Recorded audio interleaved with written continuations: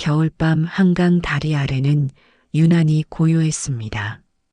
차가운 바람이 강물 위를 스치며 지나갈 때마다 철제 구조물이 삐걱거리는 소리만 들렸고 멀리서 차들이 지나가는 소리가 희미하게 들려왔습니다. 도심의 불빛들은 화려했지만 다리 아래는 그 빛이 닿지 않는 어둠의 공간이었습니다. 강민은 낡은 담요를 몸에 두르고 콘크리트 바닥에 등을 기댄 채 앉아 있었습니다. 22살. 누군가는 대학 졸업을 준비하고 누군가는 취업을 위해 발버둥 치는 나이. 친구들과 술을 마시고 연애를 하고 미래를 꿈꾸는 나이. 하지만 강민에게 그런 고민은 너무 먼 이야기였습니다. 오늘 하루를 버티는 것, 내일 아침 해가 뜨면 다시 일어나는 것, 그게 전부였습니다. 강민은 주머니를 뒤적 꺼낸 건 편의점에서 산 작은 단팥빵 하나였습니다. 1,000원짜리와 동전 몇 개를 모아 산 것이었습니다. 이틀 전부터 굶다시피 했던 강민은 천천히 비닐을 뜯었습니다. 손이 떨렸습니다. 배가 고픈 건지 추운 건지 아니면 그냥 외로운 건지 알 수 없었습니다. 빵을 입에 넣으려는 순간 어둠 속에서 미세한 소리가 들렸습니다.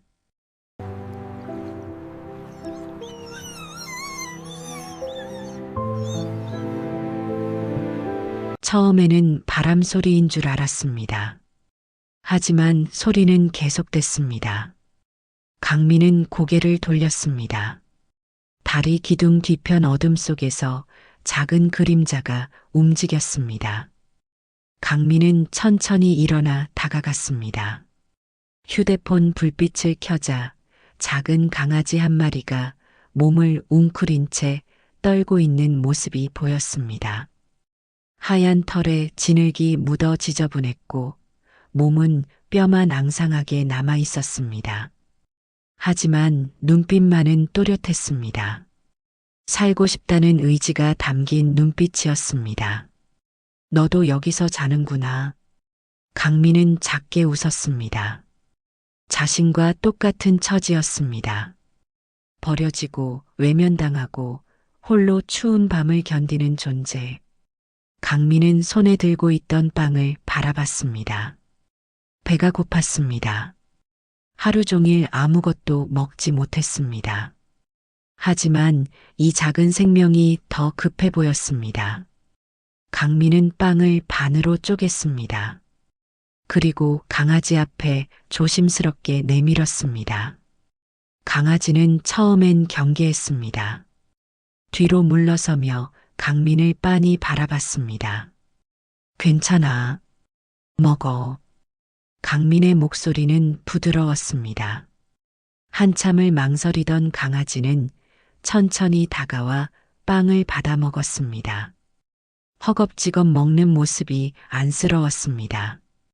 강민도 남은 빵 반쪽을 천천히 씹어 삼켰습니다. 달았습니다. 작은 단팥빵 하나가 이렇게 달게 느껴진 적이 없었습니다. 강아지는 빵을 다 먹고 나서도 강민의 곁을 떠나지 않았습니다. 오히려 강민의 발치에 앉아 꼬리를 살짝 흔들었습니다. 백구라고 부를게. 강민은 강아지의 머리를 쓰다듬었습니다. 털이 거칠었지만 따뜻했습니다. 오랜만에 느껴보는 온기였습니다. 사람의 온기가 아닌 생명의 온기. 그날 밤부터 백구는 강민의 곁을 떠나지 않았습니다. 강민이 잠을 청하면 백구도 그의 옆에 붙어 잠들었고 강민이 일어나면 백구도 함께 일어났습니다. 강민이 폐지를 주우러 거리를 돌아다니면 백구도 뒤를 따라왔습니다. 강민이 공원 벤치에 앉아 쉬면 백구도 그의 발치에 앉았습니다. 말은 통하지 않았지만 서로의 존재만으로 위로가 됐습니다. 며칠이 지났습니다. 강민은 백구와 함께 거리를 돌아다니며 폐지를 주었습니다. 가끔 지나가는 사람들이 동정 어린 시선을 보냈지만 강민은 신경 쓰지 않았습니다. 오히려 백구가 있어서 견딜만 했습니다. 혼자가 아니라는 것, 그것만으로도 충분했습니다. 어느 날 저녁 강민은 편의점 앞에서 폐기 직전에 삼각김밥 2개를 얻었습니다. 편의점 아르바이트생이 그냥 가져가라며 건넨 것이었습니다. 강민은 고맙다고 인사하고 다리 밑으로 돌아왔습니다.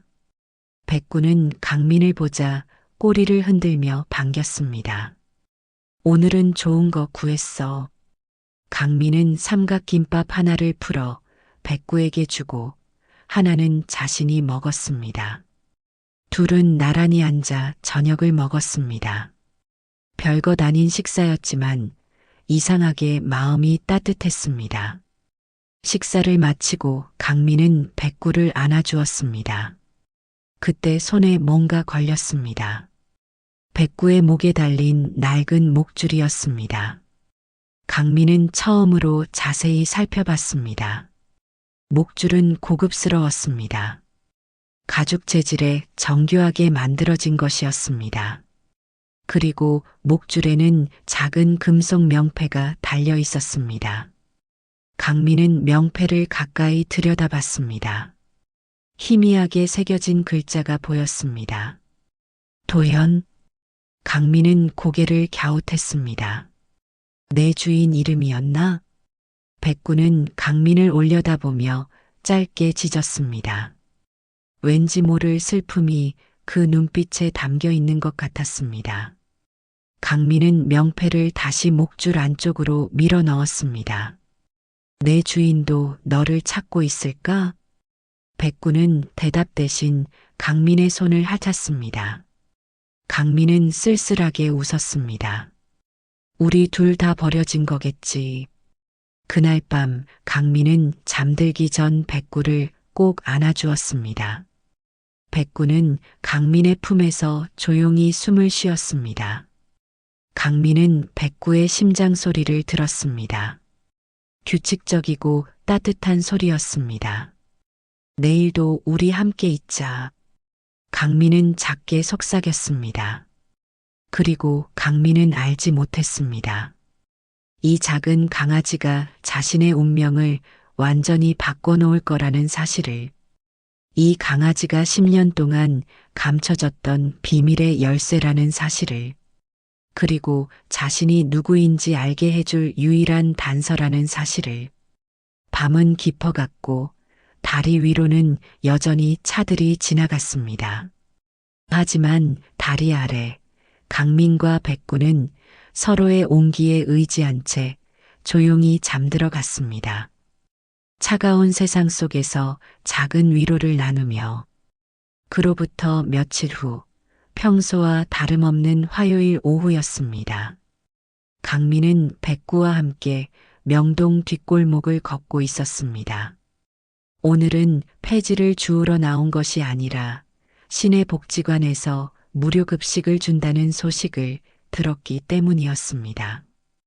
하지만 복지관까지 가려면 한강을 건너야 했고 강민은 걸어서 이동하고 있었습니다. 백구는 강민의 옆을 나란히 걸었습니다. 사람들이 많은 거리였지만 백구는 강민의 곁을 떠나지 않았습니다. 마치 강민을 지키는 것처럼. 잠깐만 쉬었다 가자. 강민은 작은 공원 벤치에 앉았습니다. 백구도 강민의 발치에 앉았습니다. 강민은 가방에서 물병을 꺼내 백구에게 물을 먹였습니다. 백구는 고맙다는 듯 꼬리를 흔들었습니다. 그때였습니다. 멀리서 중후한 엔진 소리가 들렸습니다. 평소와 다른 소리였습니다. 강민은 본능적으로 고개를 들었습니다. 검은색 SUV 세대가 천천히 공원 입구로 들어왔습니다. 차들은 고급스러웠습니다. 번호판도 특별했습니다. 강민은 이상한 느낌이 들었습니다. 왜 이런 차들이 이 작은 공원에 올까? 차들이 멈췄습니다. 그리고 문이 열리며 정장을 입은 남자들이 내렸습니다. 5명. 모두 검은 정장에 선글라스를 끼고 있었습니다. 마치 영화 속 장면 같았습니다. 남자들은 주변을 둘러보며 무언가를 찾는 듯 했습니다.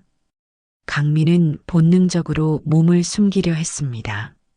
하지만 그때 백구가 갑자기 짖기 시작했습니다. 백구야, 조용히. 강민이 말렸지만 백구는 멈추지 않았습니다. 오히려 더 크게 짖었습니다. 저기 있다. 한 남자가 소리쳤습니다. 남자들이 빠르게 다가왔습니다. 강민은 당황했지만 도망칠 곳이 없었습니다. 5명의 남자가 강민을 에워쌌습니다. 이 강아지 어디서 데려왔어? 중년의 남자가 날카로운 목소리로 물었습니다. 그의 얼굴은 굳어 있었고 눈빛은 차갑했습니다. 저는 그냥 여기서 발견했습니다. 일주일 전쯤에 한강 다리 밑에서. 일주일 전? 남자는 휴대폰을 꺼내 누군가에게 전화를 걸었습니다. 실장님, 강아지를 찾았습니다. 네, 확실합니다. 목줄이 일치합니다. 강민은 더욱 당황했습니다. 무슨 일인지 알 수 없었습니다. 버려진 게 아니야, 이건. 다른 남자가 백구의 목줄을 확인하더니 표정이 굳었습니다. 이 목줄, 틀림없어. 1년 전 실종 당시 착용하고 있던 거야. 1년 전?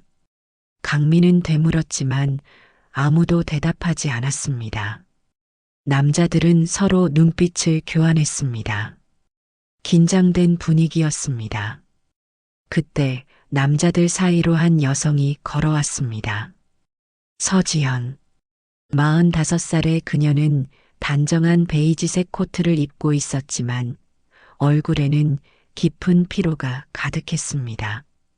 눈 밑에는 다크서클이 짙었고 입술은 창백했습니다. 하지만 그녀의 눈빛은 예리했습니다. 무언가를 간절히 찾는 사람의 눈빛이었습니다. 잠깐만요. 지연은 남자들을 제지하고 강민에게 다가왔습니다. 목소리는 차분했지만 미세하게 떨리고 있었습니다. 이 강아지를 어디서 만났나요? 지연은 백구를 바라봤습니다. 백구는 지연을 보더니 갑자기 꼬리를 세차게 흔들기 시작했습니다. 그리고는 지연에게 달려가 뛰어올랐습니다. 지연은 백구를 받아 안았습니다. 순간 그녀의 얼굴이 일그러졌습니다. 눈에서 눈물이 흘러내렸습니다. 백설이, 정말 백설이구나. 강민은 그 장면을 보며 가슴이 뭉클해졌습니다. 백구의 원래 주인이 이 사람이었구나. 지연은 한참을 백구를 안고 울었습니다. 1년 동안 참았던 눈물이 한꺼번에 쏟아지는 것 같았습니다. 주변 사람들이 걱정스럽게 지켜봤지만 아무도 말리지 않았습니다. 한참 후 지연이 얼굴을 들었습니다. 눈은 빨갛게 부어 있었지만 표정은 차분했습니다. 죄송해요. 갑자기 이러게 돼서. 아니, 괜찮습니다. 이 아이는 10년 전에 사라진 우리 아들의 반려견이었어요. 지연의 목소리가 떨렸습니다. 아들은 12살 때 실종됐어요. 학교에서 집으로 오는 길에 사라졌죠. 그리고 1년 전 이 강아지도 사라졌어요. 강민은 가슴이 먹먹해졌습니다. 1년 동안 찾았어요. 경찰에 신고하고 탐정을 고용하고 CCTV를 다 뒤지고. 하지만 아무 단서도 찾지 못했어요. 지연은 백구를 꼭 안았습니다. 그런데 이 아이를 다시 만나게 될 줄은. 지연은 말을 잇지 못했습니다. 강민은 조심스럽게 물었습니다. 그럼 이 강아지를, 아니, 백설이를 데려가시는 건가요? 지연은 고개를 끄덕였습니다. 네. 하지만 그녀는 강민을 바라봤습니다. 처음으로 강민을 제대로 본 것이었습니다. 낡은 옷, 더러운 얼굴, 헝클어진 머리. 하지만 눈빛만은 또렷했습니다. 지연은 순간 숨이 멎는 듯한 느낌을 받았습니다. 이 청년의 눈빛이 낯익었습니다. 어디선가 본 것 같은데 어디였을까? 당신은 이 아이를 어떻게 돌봤나요? 그냥 제가 먹을 걸 나눠줬습니다. 같이 자고 같이 걸어 다니고. 식사는 제대로 하셨어요? 강민은 대답하지 못했습니다. 지연은 강민의 마른 얼굴을 봤습니다. 그리고 결심했습니다. 이분을 호텔로 모셔드려요. 하지만 회장님, 제 말대로 하세요. 그리고 식사와 숙소를 제공해 주세요. 최소 일주일은요. 알겠습니다. 강민은 황급히 손을 저었습니다. 아니요, 괜찮습니다. 저는 제 부탁입니다. 지연의 목소리는 단호했습니다.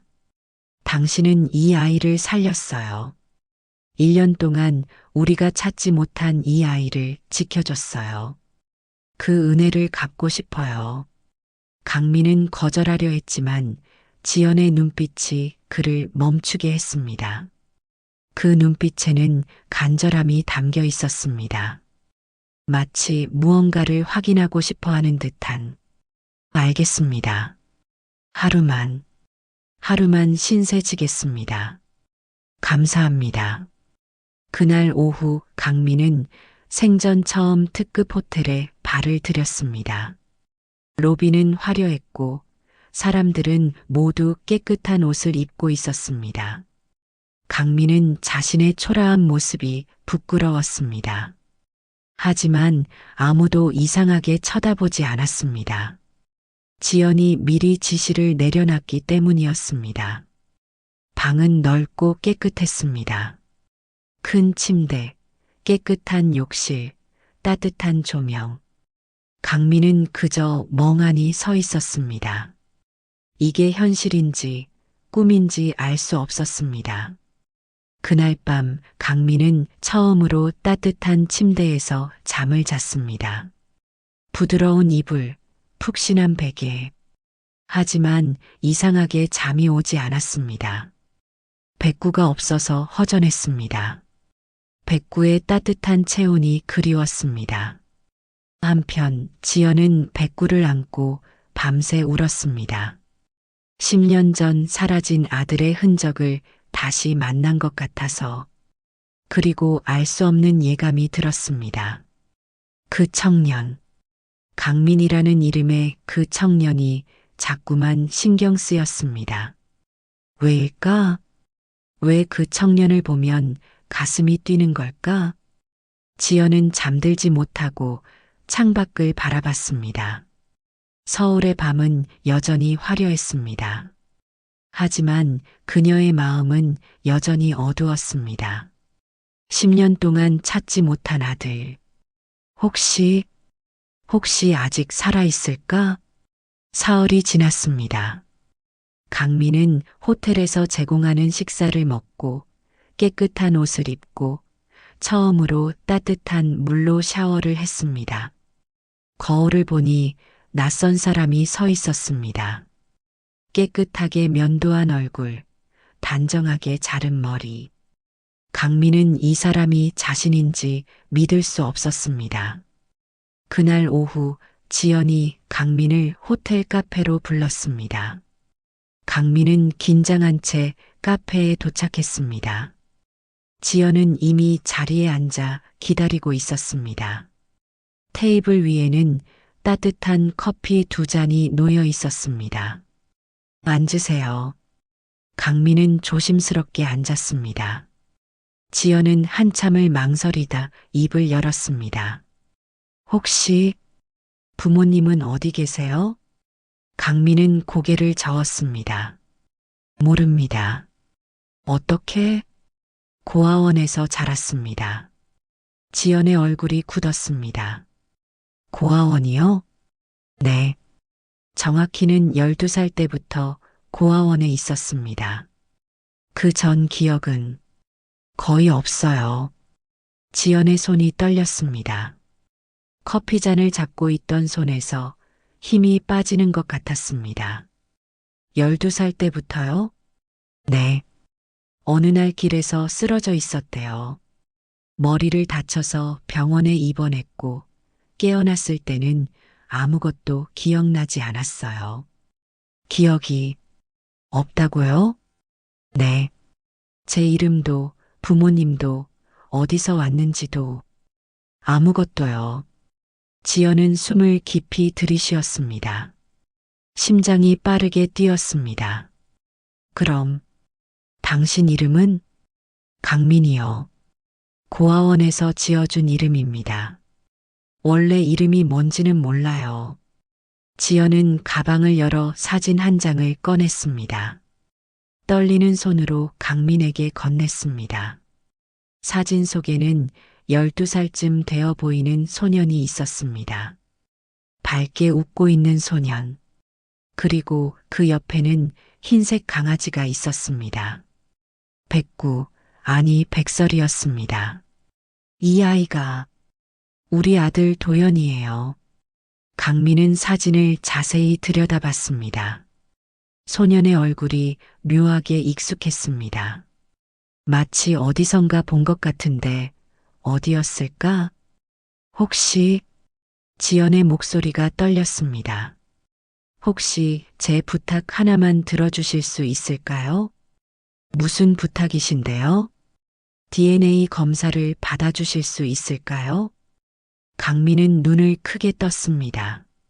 왜? 갑자기요?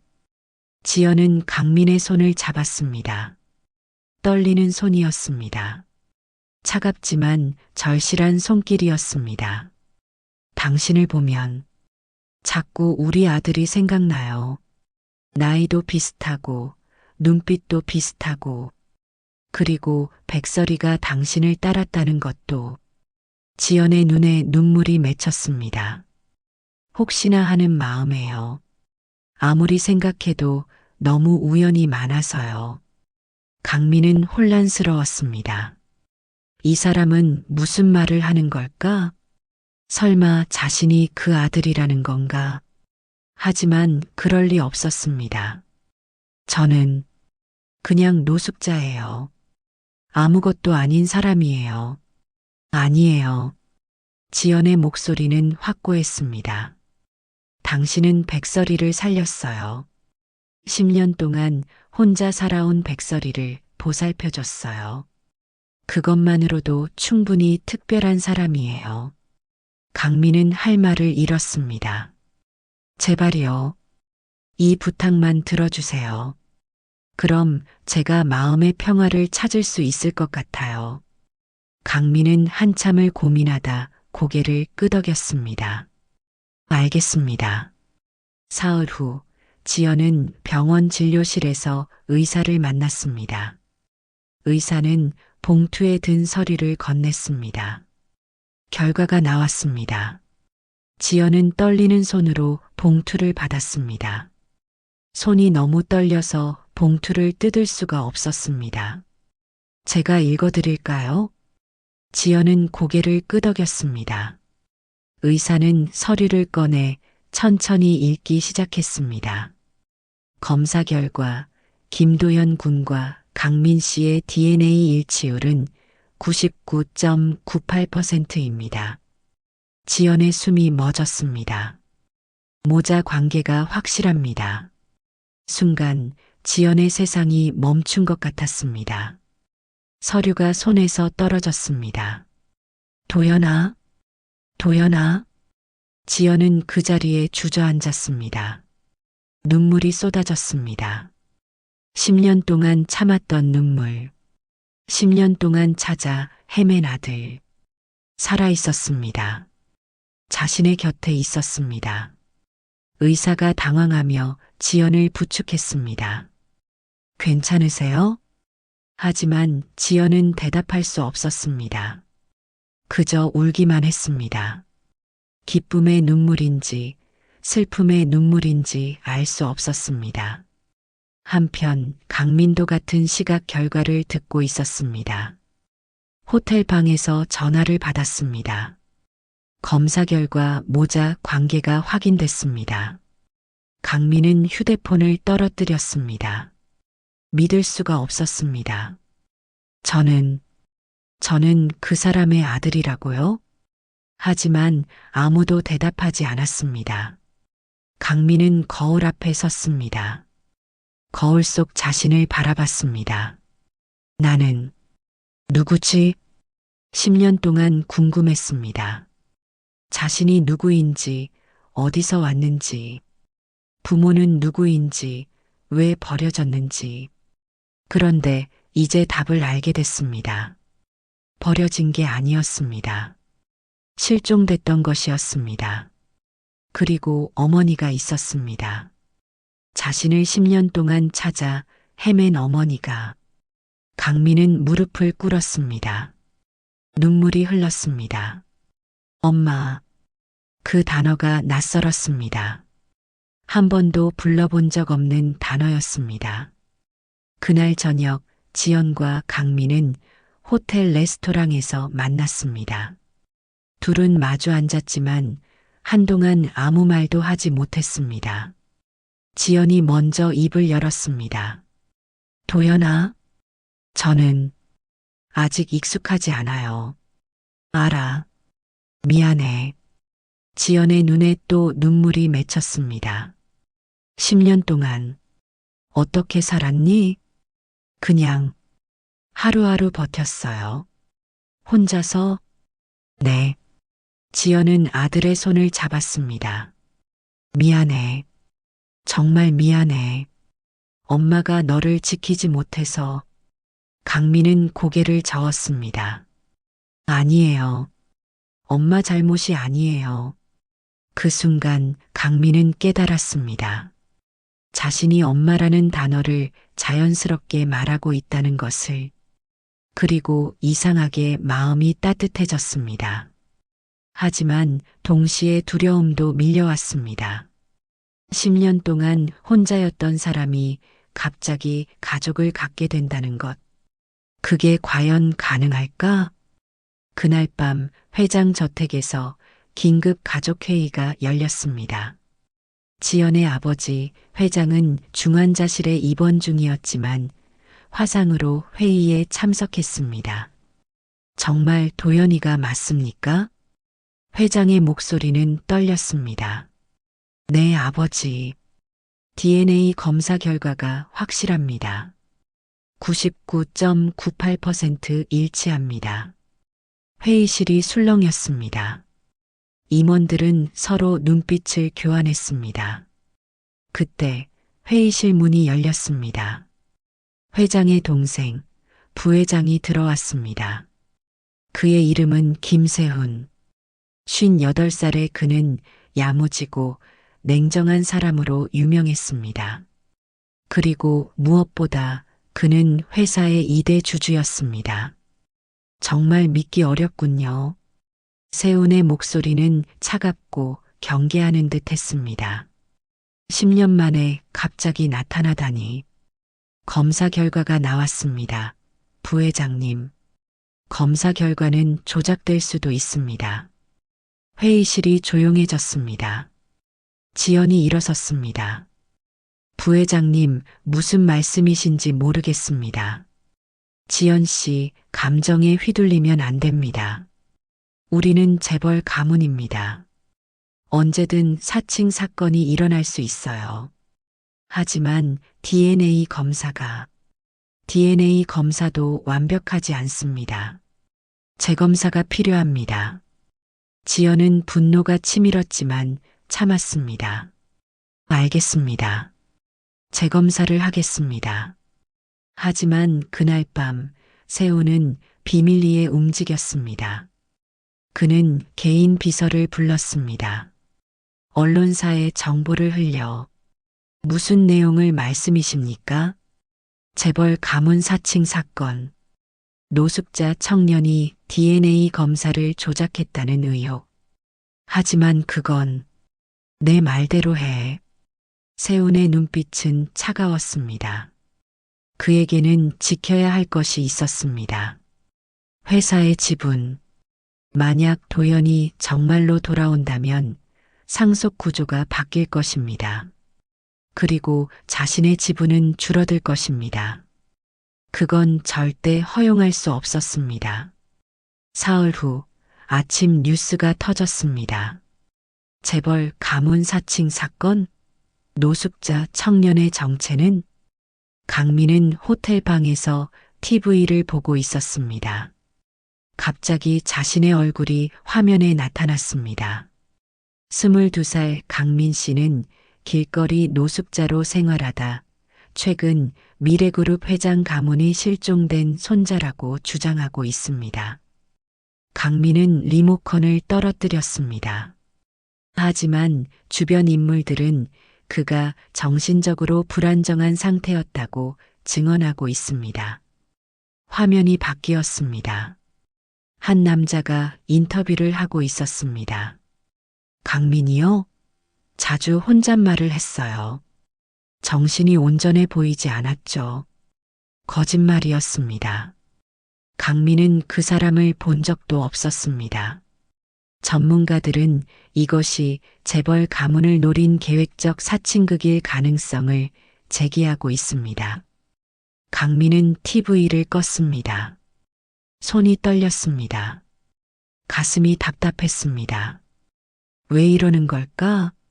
자신은 아무것도 요구하지 않았는데, 그저 DNA 검사를 받았을 뿐인데, 휴대폰이 울렸습니다. 지연이었습니다. 도연아, 뉴스 봤니? 네. 신경 쓰지 마. 내가 해결할게. 하지만, 아무 걱정하지 마. 엄마가 다 처리할 테니까. 하지만 강민은 알았습니다. 이건 쉽게 해결될 문제가 아니라는 것을. 그날 오후 더 많은 기사들이 쏟아졌습니다. DNA 검사 조작 의혹, 재벌 상속을 노린 사기극, 정신병력 있는 노숙자의 허위 주장. 강민은 호텔 방에서 나가지 못했습니다. 밖에는 기자들이 진을 치고 있었습니다. 저녁이 되자 지연이 찾아왔습니다. 얼굴은 지쳐 있었지만 눈빛은 단호했습니다. 도연아, 괜찮아? 아니요. 괜찮지 않아요. 강민의 목소리는 떨렸습니다. 저는 그냥 가는 게 나을 것 같아요. 안 돼. 지연의 목소리가 커졌습니다. 10년 만에 찾은 내 아들을 다시 보낼 순 없어. 하지만 이렇게 되면 엄마한테도 피해가. 상관없어. 지연은 강민의 손을 꼭 잡았습니다. 너만 있으면 돼. 다른 건 아무것도 중요하지 않아. 강민은 눈물이 났습니다. 처음으로 누군가 자신을 지켜주려 한다는 느낌을 받았습니다. 하지만 동시에 죄책감도 들었습니다. 이 사람에게 짐이 되고 싶지 않았습니다. 그날 밤 강민은 결심했습니다. 조용히 호텔을 나가기로. 새벽 2시 강민은 가방을 챙겼습니다. 가진 건 많지 않았습니다. 옷 몇 벌과 작은 사진 한 장. 지연이 준 어린 시절 사진이었습니다. 강민은 사진을 오래 바라봤습니다. 행복해 보이는 소년. 정말 저 아이가 자신이었을까? 강민은 사진을 가슴에 품고 방을 나섰습니다. 복도는 조용했습니다. 엘리베이터를 타고 1층으로 내려갔습니다. 로비에는 야간 직원 한 명만 있었습니다. 강민은 뒷문으로 조용히 빠져나갔습니다. 차가운 새벽 공기가 얼굴을 때렸습니다. 익숙한 느낌이었습니다. 거리로 돌아온 것이 오히려 편안했습니다. 강민은 다시 한강 다리 밑으로 향했습니다. 익숙한 장소, 백구와 처음 만났던 곳. 하지만 백구는 없었습니다. 강민은 혼자였습니다. 며칠이 지났습니다. 지연은 미친 듯이 강민을 찾았습니다. 경찰에 신고하고 사람들을 동원해 찾았습니다. 하지만 강민은 나타나지 않았습니다. 지연은 밤마다 울었습니다. 10년 만에 찾은 아들을 또 잃어버렸습니다. 이번엔 자신의 잘못으로, 제대로 지켜주지 못한 자신의 잘못으로. 그러던 어느 날 오후였습니다. 지연은 집에서 백설이와 함께 있었습니다. 백설이는 창밖을 바라보며 계속 낑낑거렸습니다. 백설아, 왜 그래? 그때 갑자기 백설이가 뛰어내렸습니다. 그리고는 현관문 쪽으로 달려가 짖기 시작했습니다. 백설아, 어디가? 지연이 문을 열자 백설이는 집 밖으로 뛰쳐나갔습니다. 백설아, 지연은 황급히 백설이를 따라갔습니다. 백설이는 멈추지 않고 달렸습니다. 거리를 가로질러 골목을 지나 계속 달렸습니다. 지연은 숨이 차올랐지만 따라갔습니다. 한참을 달린 백설이가 한 저택 앞에서 멈췄습니다. 지연은 그 저택을 알아봤습니다. 부회장 세운의 집이었습니다. 왜 여기서? 백설이는 문 앞에서 크게 지저댔습니다. 짖는 소리가 점점 커졌습니다. 마치 무언가를 알리려는 것 같았습니다. 지연은 이상한 느낌이 들었습니다. 그때 백설이가 담을 넘어 뒷마당으로 들어갔습니다. 백설아, 거기 들어가면 안 돼. 하지만 백설이는 멈추지 않았습니다. 지연도 어쩔 수 없이 담을 넘었습니다. 뒷마당은 넓었습니다.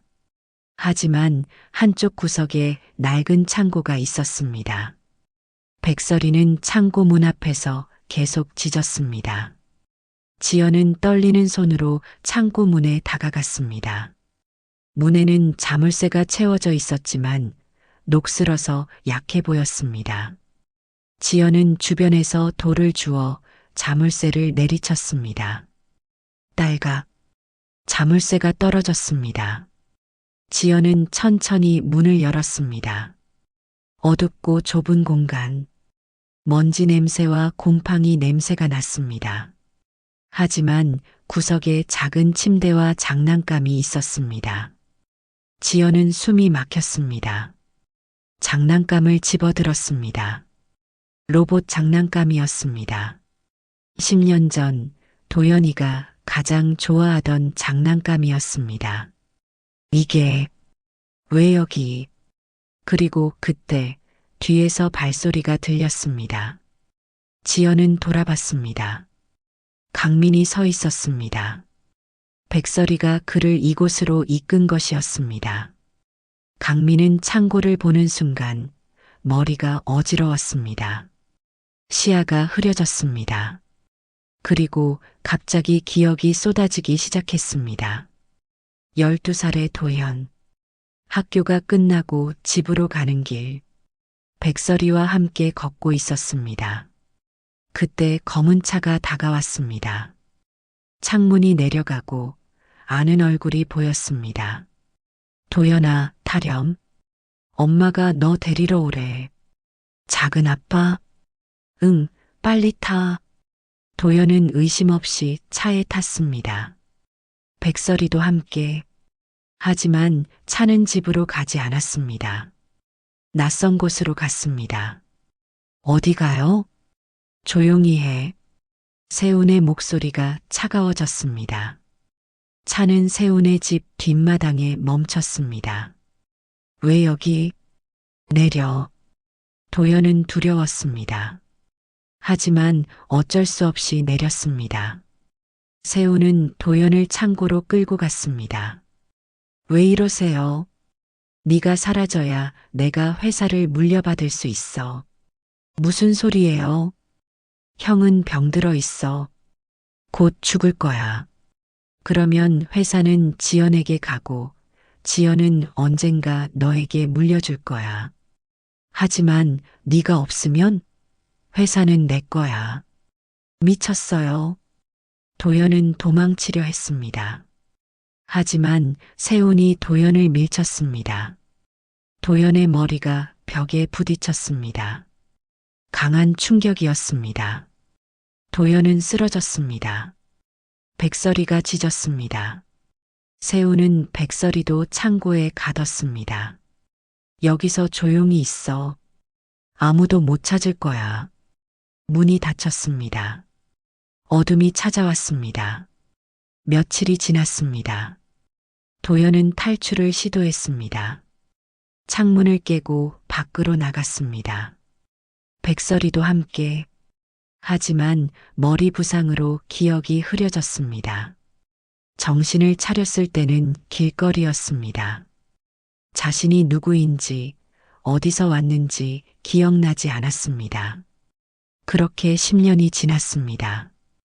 강민은 무릎을 꿇었습니다. 모든 기억이 돌아왔습니다. 제가 도연이었구나. 그래, 넌 우리 아들이야. 지연은 강민을 끌어안았습니다. 둘은 한참을 그렇게 있었습니다. 그날 세훈은 체포됐습니다.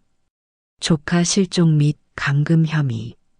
모든 진실이 밝혀졌습니다. 언론은 사과 기사를 냈습니다. 하지만 강민은 여전히 혼란스러웠습니다.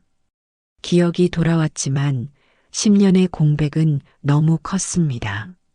10년 동안 왜 아무도 날 찾지 못했죠? 지연은 눈물을 흘렸습니다. 미안해. 정말 미안해. 우리는 매일 찾았어.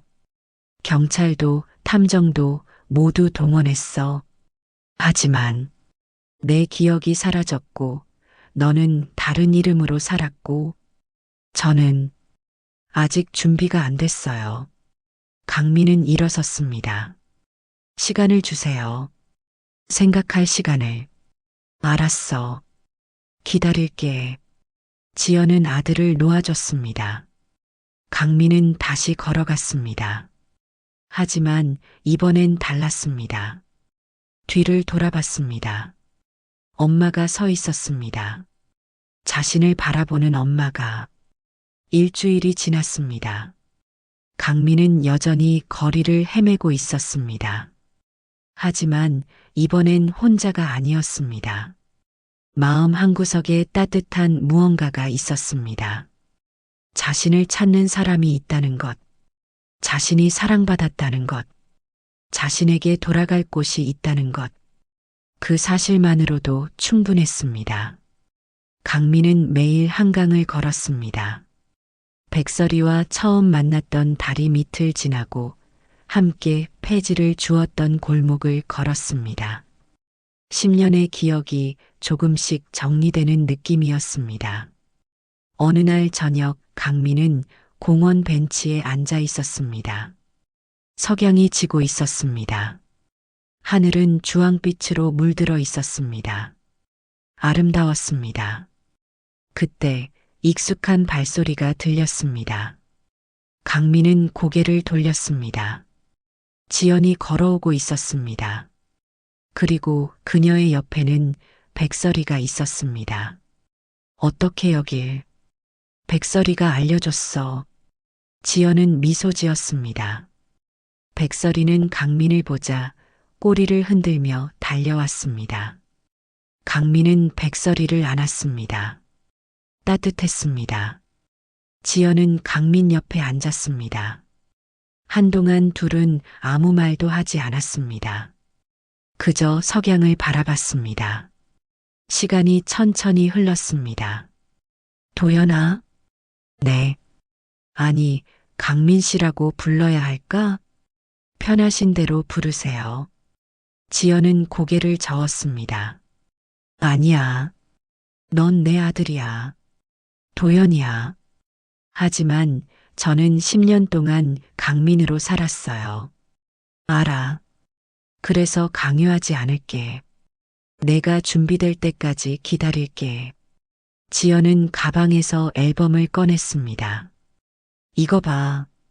앨범을 펼치자 어린 도연의 사진들이 나왔습니다.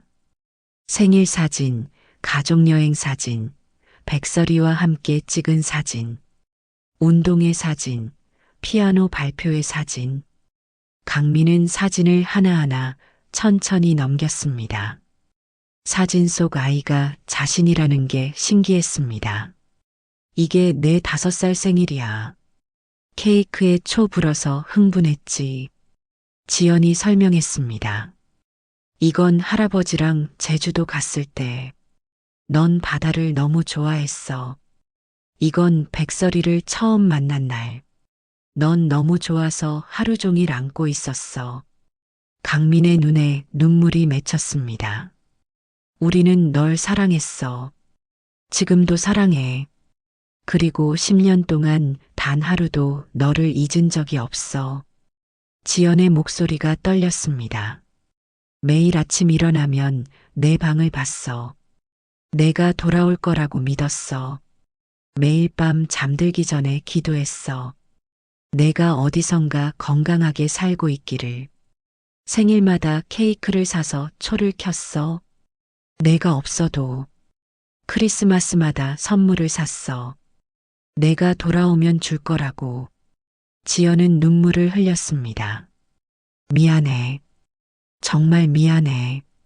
엄마가 너를 지키지 못해서. 강민은 더 이상 참을 수 없었습니다. 눈물이 쏟아졌습니다. 저도 그리웠어요. 뭐가? 가족이요. 집이요. 누군가 저를 기다려주는 곳이요. 강민은 지연을 바라봤습니다. 10년 동안 혼자였어요. 아무도 없었어요.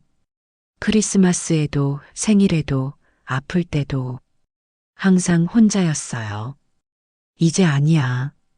지연은 강민의 손을 잡았습니다. 이제 엄마가 있어. 할아버지가 있어. 가족이 있어. 저는 아직 익숙하지 않아요. 괜찮아. 천천히 익숙해지면 돼. 지연은 강민을 꼭 안았습니다. 집으로 가자. 우리 집으로. 강민은 한참을 망설이다 고개를 끄덕였습니다. 네. 엄마. 그 순간 지연은 10년 만에 처음으로 완전한 행복을 느꼈습니다. 아들이 돌아온 것입니다. 그날 저녁 강민은 지연과 함께 회장 저택으로 갔습니다. 현관문을 열자 따뜻한 불빛이 쏟아졌습니다. 거실에는 가족들이 모여 있었습니다. 회장은 휠체어를 타고 나와 있었습니다. 도연아? 회장의 목소리는 떨렸습니다. 강민은 천천히 다가갔습니다. 할아버지. 회장은 손자의 손을 잡으며 통곡했습니다. 미안하다. 정말 미안하다. 할아버지가 너를 지키지 못해서. 괜찮아요. 이제 괜찮아요. 강민도 할아버지를 안았습니다. 두 사람은 한참을 그렇게 있었습니다. 10년의 시간을 메우듯이. 그날 저녁 가족은 함께 식사를 했습니다. 오랜만에 완전해진 식탁이었습니다. 따뜻한 된장찌개, 갈비찜, 잡채, 그리고 강민이 좋아했던 김치볶음밥까지. 이거 내가 어렸을 때 제일 좋아하던 거야. 지연이 말했습니다. 강민은 한 숟가락 떠먹었습니다. 익숙한 맛이었습니다. 기억 속 어딘가에 있던 맛이었습니다. 맛있어요. 강민이 말하자 지연이 눈물을 닦았습니다. 식사를 마치고 지연은 강민을 2층으로 안내했습니다. 이게 내 방이야. 문을 열자 깨끗한 방이 나타났습니다. 책상, 침대, 책장. 모든 게 그대로였습니다. 10년 동안 그대로 뒀어. 내가 돌아올 거라고 믿었으니까. 강민은 방을 둘러봤습니다. 책장에는 어린 시절 읽던 책들이 그대로 있었습니다. 책상 위에는 로봇 장난감이 놓여 있었습니다. 벽에는 가족 사진이 걸려 있었습니다. 강민은 사진을 보며 눈물을 흘렸습니다. 행복했던 시절의 자신이 그곳에 있었습니다. 천천히 둘러봐. 엄마는 밖에 있을게. 지연이 나가려 하자 강민이 불렀습니다. 엄마, 응? 고마워요. 저를 포기하지 않아서. 지연은 웃으며 눈물을 닦았습니다. 당연한 거야. 넌 내 아들이잖아. 그날 밤 강민은 10년 만에 자신의 방에서 잤습니다. 편안했습니다. 집에 온 것 같았습니다. 아니, 집이었습니다. 백설이도 강민의 침대 옆에서 잤습니다. 강민은 백설이를 쓰다듬었습니다.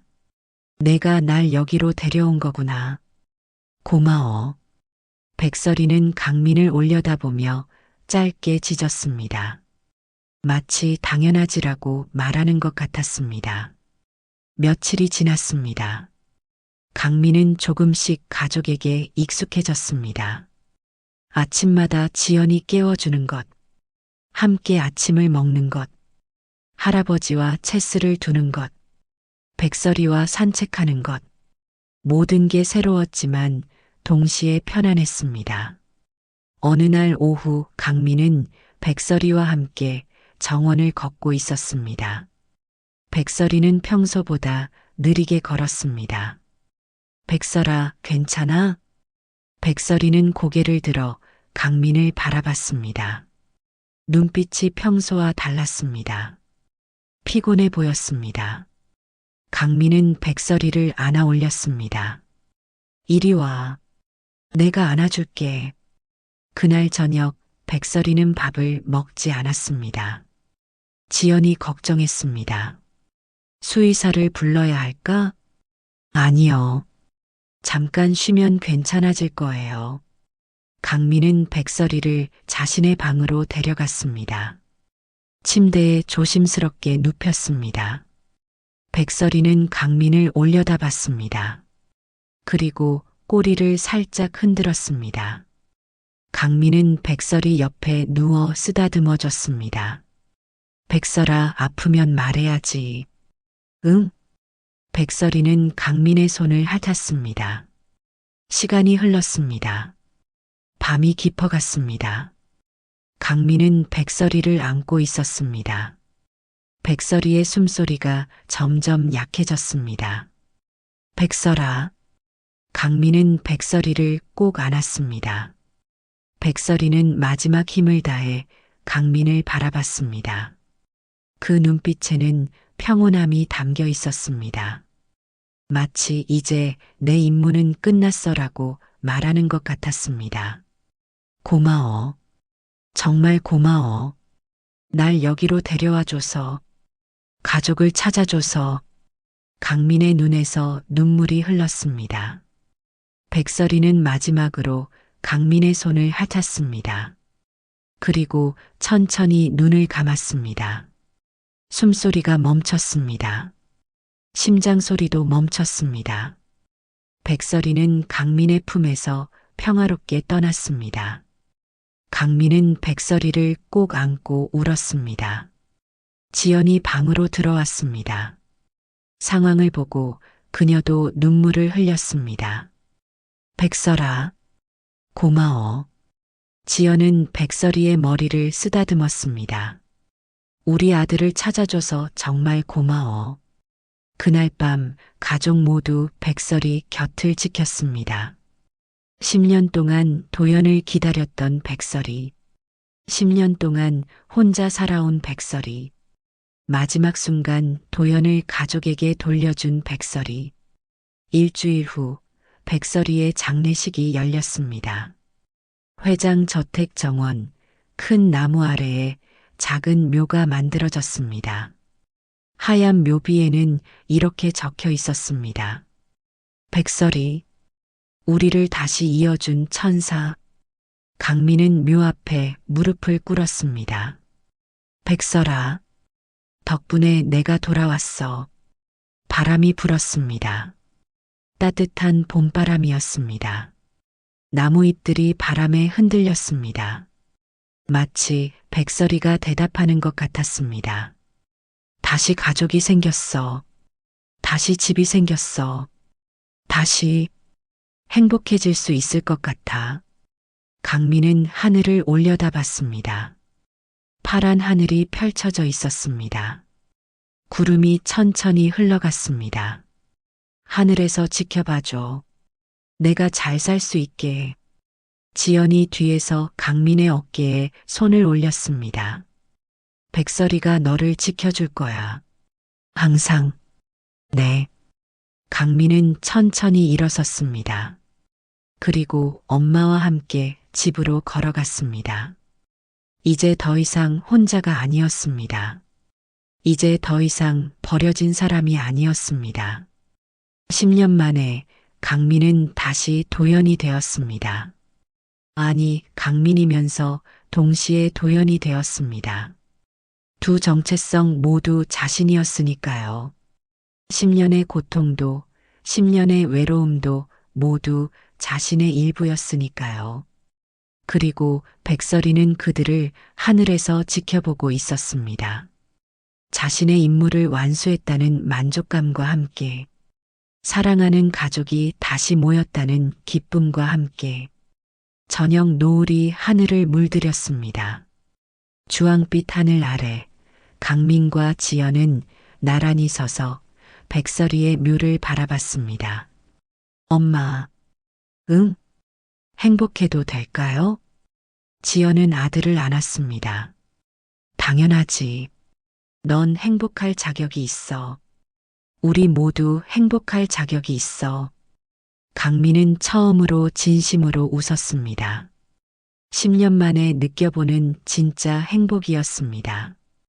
그리고 그날 밤 강민은 백설이의 꿈을 꿨습니다. 백설이는 건강하고 행복한 모습으로 그의 앞에 나타났습니다. 꼬리를 흔들며 웃고 있었습니다. 마치 잘했어. 이제 행복하게 살아라고 말하는 것 같았습니다. 강민은 꿈속에서 백설이를 안았습니다. 고마워, 친구야. 정말 고마워. 백설이는 강민의 얼굴을 핥았습니다. 그리고 천천히 빗속으로 사라졌습니다. 강민이 잠에서 깨어났을 때 얼굴에 눈물이 흐르고 있었습니다. 하지만 슬픈 눈물이 아니었습니다. 감사의 눈물이었습니다. 창밖으로 아침 햇살이 들어왔습니다. 새로운 날이 시작되고 있었습니다. 강민에게, 아니 도연에게, 그리고 그의 가족에게 10년의 어둠이 끝나고 새로운 빛이 찾아왔습니다.